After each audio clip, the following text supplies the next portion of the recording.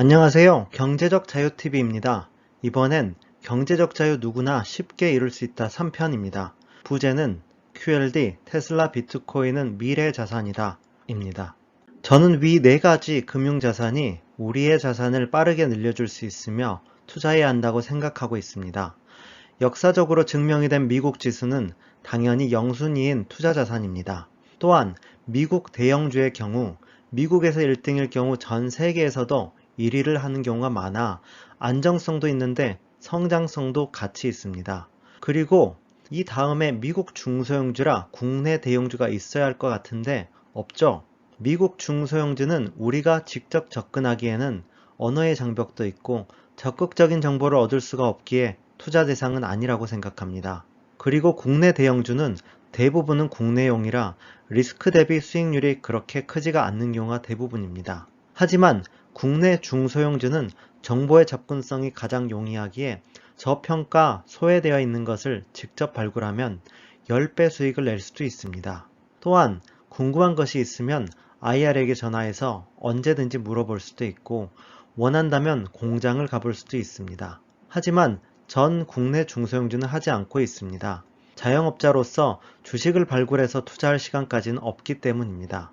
마지막으로 비트코인은 이 시대의 가장 최고의 투자 자산이라고 생각합니다. 이 채널의 큰 흐름은 비트코인이 제도권화가 되고 화폐로 안착이 되는 과정을 함께 살펴보는 것입니다. 첫 번째로는 미국 지수입니다. 미국 지수를 첫 번째로 꼽은 이유는 가장 안전하면서 적당한 성장성을 보이는 좋은 투자 자산이기 때문입니다. 1925년 S&P 500 지수의 대형주 지수를 보게 되면 단기적으로는 조정이 끊임없이 있었지만 장기적으로는 우상향하는 것이 관찰됩니다. 지수란 살아남은 기업의 역사며 그 사이에 사라진 기업들은 자연스럽게 지수에서 사라집니다. 만약 단일 기업을 투자하는 경우에는 단일 기업이 없어지면 주식 투자에 실패하게 됩니다. 하지만 지수를 추정하는 ETF를 사게 되면 자연스럽게 승자의 기업들에게만 투자하게 되니 어느 시기에 들어갔어도 장기적으로 미국 지수에 계속 투자했다면 역사적으로 실패한 투자자가 한 명도 없습니다. 그럼 나스닥 종합지수를 보겠습니다. 1999년, 2000년 닷컴 버블 때 대상승이 나오고 하락하였으나 현재는 고점을 깨고 재상승한 상황입니다. 나스닥 지수 역시 역사적 우상향을 하고 있습니다. 반면에 코스닥 지수를 보면 아직도 닷컴 버블 때의 고점을 회복하지 못하고 옆으로 길게 횡보하는 양상이 관찰되고 있습니다. 왜 이런 차이가 나올까요? 20세기 초반까지만 해도 유럽의 나라들이 패권을 가지고 있었습니다. 그러나 제1, 2차 세계대전을 거치며 유럽은 폐허로 변했고 미국과 소련의 양강구도로 재편되기 시작합니다. 먼저 지정학적 위치를 보면 좌우로 펼쳐진 태평양과 대서양은 동아시아와 유럽 국가들로부터 완벽한 고립을 이루어줍니다. 고립이 왜 중요하냐면 외세의 침략이 있거나 전쟁이 자주 일어나면 나라의 발전이 크게 저해되기 때문입니다. 또한 북쪽으로는 산맥과 숲들이 캐나다를 단절시키고 남쪽으로는 광활한 사막과 고지대들이 멕시코와 미국을 완벽하게 분리해줍니다. 대륙 내에서도 고립되어 있습니다. 게다가 기후도 좋고 지하자원과 농작물 역시 매우 풍부하기에 다른 나라와 교류하지 않아도 완전한 식량 자급이 가능합니다. 또한 좌측 태평양을 통해서는 동아시아와 우측 대서양을 통해서는 유럽과 원활하게 교역이 가능하여 세계의 모든 시장에 도달이 가능합니다. 한쪽 대륙이 경기가 안 좋더라도 다른 쪽 대륙과 교역하며 성장이 가능합니다. 이러한 지정학적 위치는 미국이 최강대국을 유지하는데 가장 큰 동력이 되고 있습니다. 그리고 2010년 시작된 셰일 혁명은 1970년에 전고점을 뚫으며 최대 생산을 기록하게 해줬습니다. 그리고 2018년에 사우디를 따돌리며 세계 최대 석유 생산국에 등극하였습니다. 안 그래도 최강대국이었는데 이제 석유까지 스스로 생산이 가능한 사기 국가로 진입하게 됩니다. 이러한 경제력에 힘입어 압도적인 해군력과 군사력을 가진 미국의 화폐인 달러는 안정적으로 기축통화로 활용되고 있습니다. 전 세계의 경제를 비행기에 비교해보면 한쪽 엔진에는 전 세계 1위 국가인 미국의 경제 수요가 지탱하고 있으며 나머지 엔진에는 유럽, 일본, 중국 등이 돌아가면서 수요를 지탱하고 있는 형국이라고 이야기할 수 있습니다. 즉, 미국이라는 엔진은 달러 발권력과 내수를 바탕으로 항상 돌아가고 있으며 미국의 성장이 저해되고 미국이 어려워진다면 전 세계의 경제도 같이 어려워진다고 볼 수 있습니다. 어떤 자산을 투자할 때도 투자 아이디어가 필요합니다.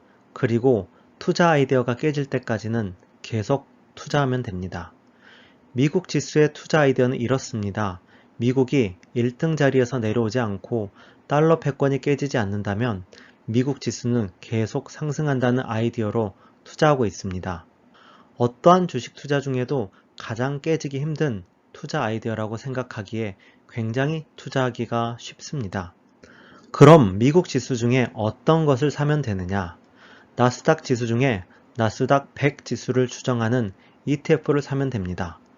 나스닥은 벤처 기업이나 첨단 기술과 관련되어 있는 기업들의 주식이 상장되어 있습니다. 우리가 흔히 알고 있는 구글, 애플, 테슬라 등이 있습니다. 4차 산업혁명의 초입에 있어 나스닥은 더 큰 성장을 이룰 것이라고 생각하고 있습니다. 그럼 나스닥 100 지수를 추정하는 ETF가 무엇이 있느냐? 인베스코상의 QQQ가 대표적입니다. QQQ의 대략적인 정보는 이렇습니다. 총 비용은 0.2%이고 나스닥 100 지수를 추정합니다. 그리고 시가총액은 216조 정도로 매우 거래가 용이합니다. 출시일은 1999년도로 IT 버블, 2008년 금융위기 사태를 모두 견뎌온 건실한 ETF입니다. 우리에게 중요한 건 수익률입니다. QQQ의 연환산 10년 수익률은 매년 무려 22.35%에 이릅니다. 연평균 22.35%도 어마어마한 수익률이긴 합니다. 하지만 우리의 인생을 바꾸기엔 1년에 22.35%는 적은 수익률이라고 볼 수도 있습니다. 그래서 저는 QQQ 2배짜리 QLD를 투자하고 있습니다. QLD는 파생상품이기에 당연히 비용이 0.95%로 큽니다. 그리고 시가총액은 5조로서 우리 같은 개미가 투자하는 데는 전혀 무리가 없습니다. 출시일은 2006년으로 2008년 금융위기를 버텨왔습니다. 그리고 QLD의 10년 연평균 수익률은 매년 41.55%가 나옵니다. 그럼 이런 이야기가 나올 겁니다.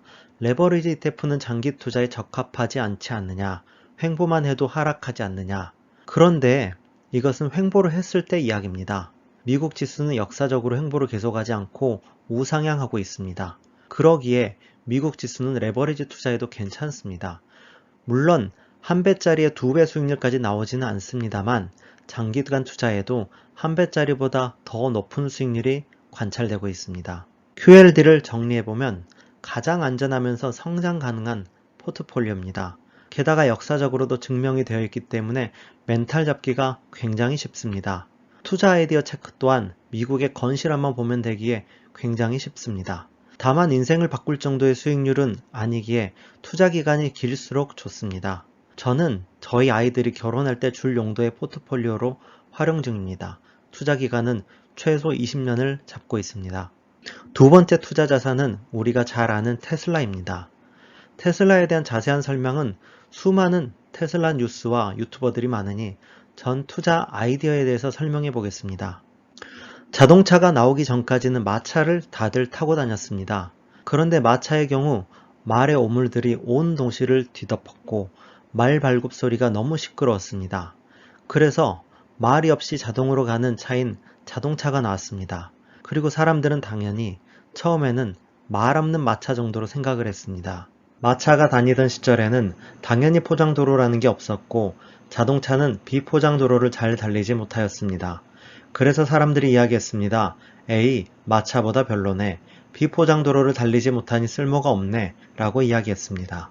하지만 자동차를 위한 포장도로가 생기면서 자동차는 잘 달리기 시작했고 마차와는 비교도 안 되는 수준을 보여주게 되었습니다. 즉, 자동차는 말 없는 마차가 아닌 자동차라는 아예 새로운 물건입니다. 하지만 마차라는 범주에서 자동차를 바라보니 에이, 마차보다 별로네 라는 반응이 나오는 것입니다. 테슬라에 대한 가장 큰 오류는 전기차라는 네이밍에서 시작됩니다. 기존 내연기관차는 석유차, 테슬라는 전기로 가는 전기차, 엔진으로 움직이는 방식만 다르네 라고 생각하게 됩니다. 그러기에 전 세계 자동차 브랜드의 시가총액과 테슬라의 시가총액을 비교해서 말도 안 된다, 거품이다라는 이야기가 나오는 겁니다. 사실 전기차는 바퀴가 굴러서 가는 차라는 공통점이 있지만 내연기관 자동차는 아예 다른 새로운 물건입니다. 테슬라의 영업이익률은 28.4%로 전통적인 자동차 제조사를 압도하고 있습니다. 기존 자동차 제조사는 3에서 5% 정도입니다. 즉, 기존 자동차 회사의 영업이익률을 기준으로 시가총액을 평가하면 안 되는 것입니다.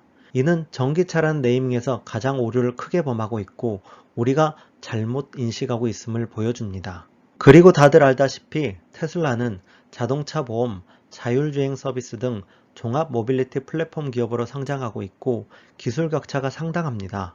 전 미래의 미국 시가총액 1위 기업은 당연히 테슬라가 될 것이라고 확신하고 있습니다. 테슬라의 투자 아이디어는 이렇습니다. 4차 산업을 이끌 선두주자, 모빌리티 플랫폼 기업 테슬라가 성장이 꺾일 때까지 투자한다입니다. 최소 5년에서 10년의 기술 격차가 있다고 보고 매일 테슬라 관련 뉴스를 보고 차량 인도량, 자율주행 진행사항 등을 면밀하게 체크하고 있습니다. 기간은 5에서 10년 투자를 잡고 있습니다. 단일 기업이기에 기업의 펀더멘탈을 면밀하게 모니터링해야 하기에 QLD보다는 리스크가 있는 편이고 멘탈 잡기가 상대적으로는 어려운 편입니다. 하지만 전체적인 미국장이 일시적인 하락해도 그 이상의 성장이 일어날 것이라고 생각하고 있어서 테이퍼링 등의 금융 전반에 대한 이슈도 신경 쓰지 않고 투자 중입니다. 마지막으로 제 채널의 메인 투자 자산인 비트코인입니다. 비트코인은 2009년 생겨난 이래 굴곡이 많았지만 역사적으로 계속 상승해왔습니다. 사토시 나카모토는 비트코인을 창시하며 그 첫 번째 블록에 메시지를 넣었습니다. 이 첫 번째 블록을 제네시스 블록이라고 하는데요. 이 제네시스 블록을 보면 비트코인이 생겨난 이유를 짐작할 수 있습니다. 이는 2009년 1월 3일 당시 더 타임지 영국 일간지 머리 기사 제목을 그대로 붙여놓은 것입니다. 2008년 금융위기 이후에 금융위기를 겪고 있는 은행들에게 영국의 재무장관이 구제금융을 한다는 제목입니다. 즉, 금융위기를 초래한 것은 정부와 금융기관인데 정부가 임의로 돈을 찍어내서 금융기관을 살린다는 것을 비판하는 것입니다. 이것이 왜 문제이냐면 정부가 화폐를 풀게 되면 화폐 가치가 하락하게 됩니다.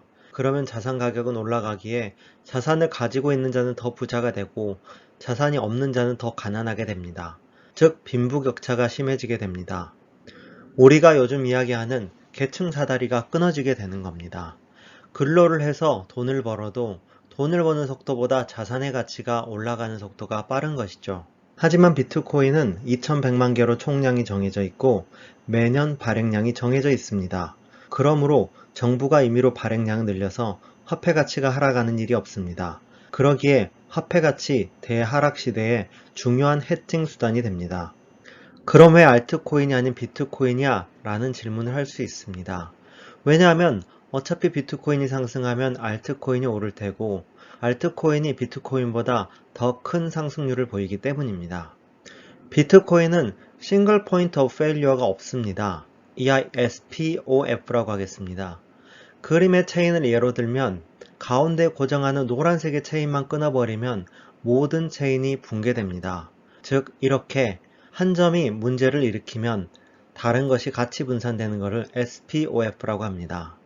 블록체인에 있어서 SPOF란 정부가 단속할 수 있는 리더십 있는 인물을 의미합니다.